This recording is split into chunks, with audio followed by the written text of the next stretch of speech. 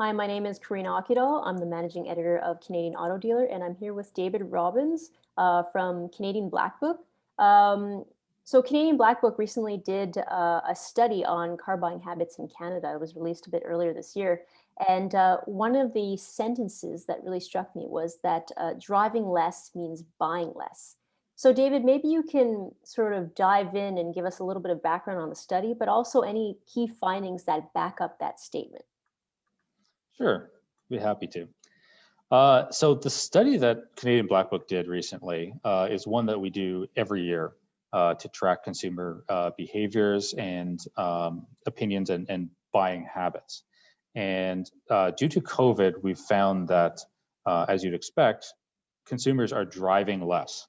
And as a result of them driving less, we have surveyed that the average consumer is delaying their purchase for their next vehicle by approximately a year as of this time.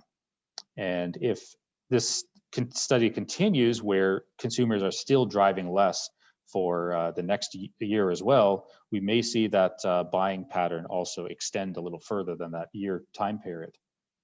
And it makes sense that if someone is driving less, they're going to delay that purchase because to them, their vehicle has lower kilometers, isn't as worn down as it would have been otherwise. The other thing that we've also found is that with the consumer trends of driving less, they're also spending less time in their vehicle, and coupled to that, with some of the economic ups and downs of the last year, these consumers are deciding to, downsize in vehicle a little bit potentially, or switch their purchases from new to used.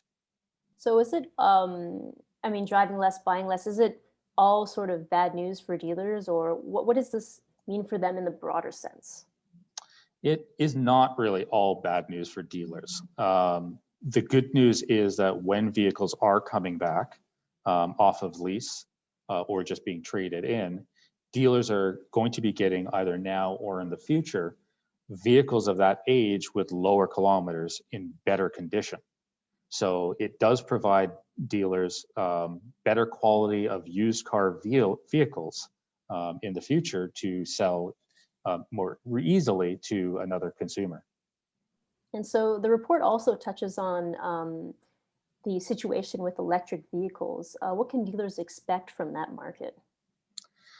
Electric vehicles, in the study, we found that consumers have decreased their purchase intention for electric vehicles as of now.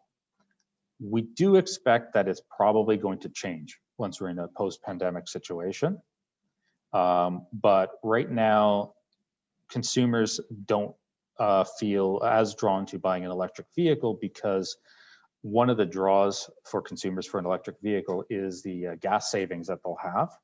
And if they're not driving more, they're not realizing that sort of gas savings.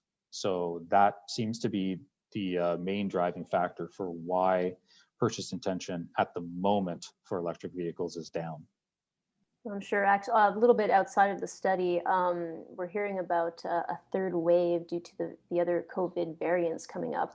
How do you see that impacting the EV market and the vehicle market in general in Canada?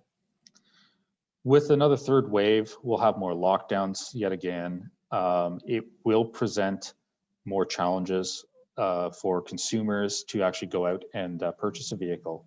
But as this pandemic has transitions, we've seen it from the early days where consumers stayed away due to fear of the pandemic from dealers at all, and dealers had to quickly evolve and cope with the new situation to where we have been in for the last number of months, where even if there is lockdowns, there is mechanisms for consumers to buy online, to book appointments with dealers and come in.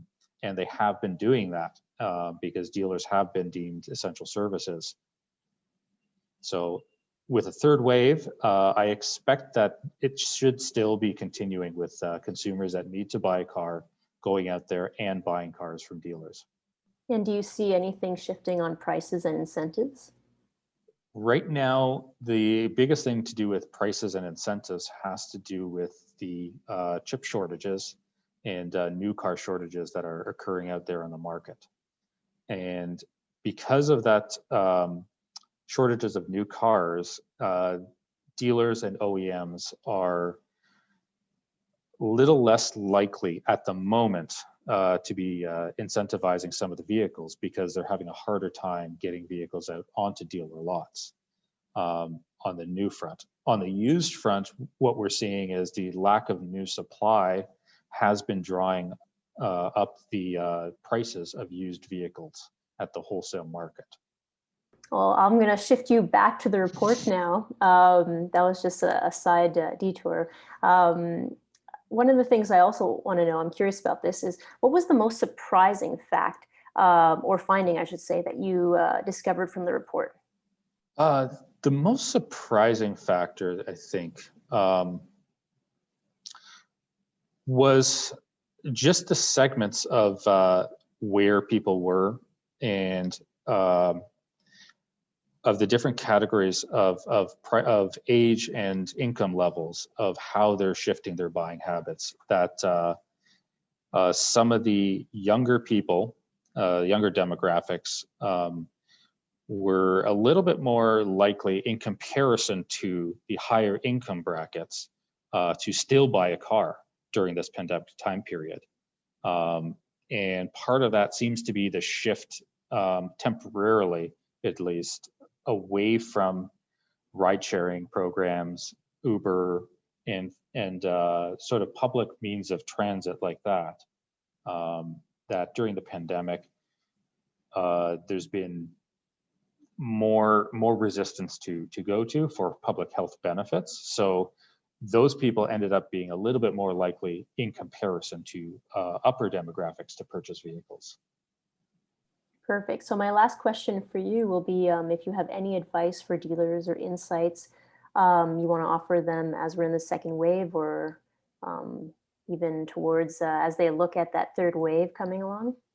The most important thing for dealers during this sort of time period in the spring market with chip shortages and potential third wave going on is you have to be very flexible and quick to react to the changes in the wholesale market because we are currently seeing very quick week over week price increases of vehicles. And if you're resistant to those sort of changes and don't have your finger on the pulse of the market, you'll go to the auction and end up not buying any vehicles. And the next week, you might end up having to pay even more for the vehicle. So definitely stay in touch with what the market is doing because it's changing very rapidly. Perfect. Well, thank you so much for taking the time to do this interview. And I wish you and your family good health and safety during this period. Thank you. To yours as well.